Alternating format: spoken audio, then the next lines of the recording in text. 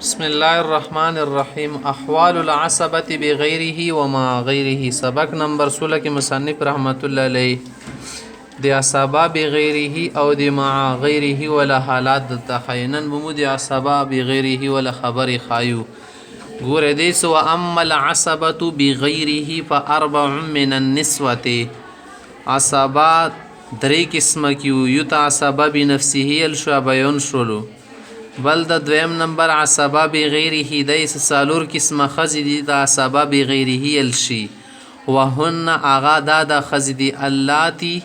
اغا خزی فرضهن سدی غوله حسام سردا و النصف والثلثان کابیل او تنیمه ملوی دلک بیا یونه زیوت شوله بیا بوت ثلثان ملوی دله دی ساندشن د خزی سدی یسورن عصبه باخوتهن اندا خزی چه گرزی ورونو وزن عصبا گرزی کما ذکرنا فی حالاتهن دیغو په حالاتو کې دا مسله مخکې ذکر شوله. بیس ومن لا فرض لها من الميراث من الاناث آغا خزی ساغو حصا مقرر نی فرض وتنی و اخوها عصبا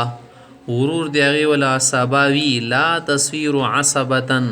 اکشون دی خز ورور دی واجن بی عصبا نگرزی بی اخیها پورور بنی کل عمی والعمت لکتر دا او ترور دا ترور وسو گوره دی ولا ورور مسرشتو دا غتیل شتره خداغه ترور څه دا اصابه نه ګرځي ویلې ځکه سدي تخپل حصہ نه د مقرره.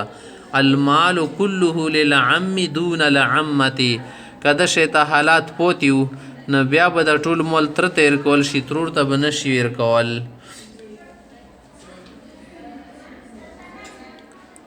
ناصبه بغیره مسرت سالور قسمه خزش ولی آغا متری کړي یو ور کې چوغوا لور وا امده شته بل چوغ ور کې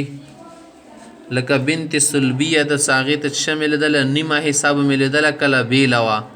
ډېر شوبه وت سلسان مل دل. دویم نمبر چوغوا المسی وا اغه تان د سمل دل نیمه حساب بیلا کبه دون زیات وت سلسان مل دل. دریم نمبر آغا خور څه دی مور او دی پلور ترا په وکله سکل لونی او المسی نو کانا دی د بیا مو نیمه سیر کوله بلا ک بیا دون زیوت یا دوی و به متصلسان ور کولو. سلورم نمبر آغا خور څه دی پلور ترا په سکل بلور نو او آغا خور بنو څه عینی وا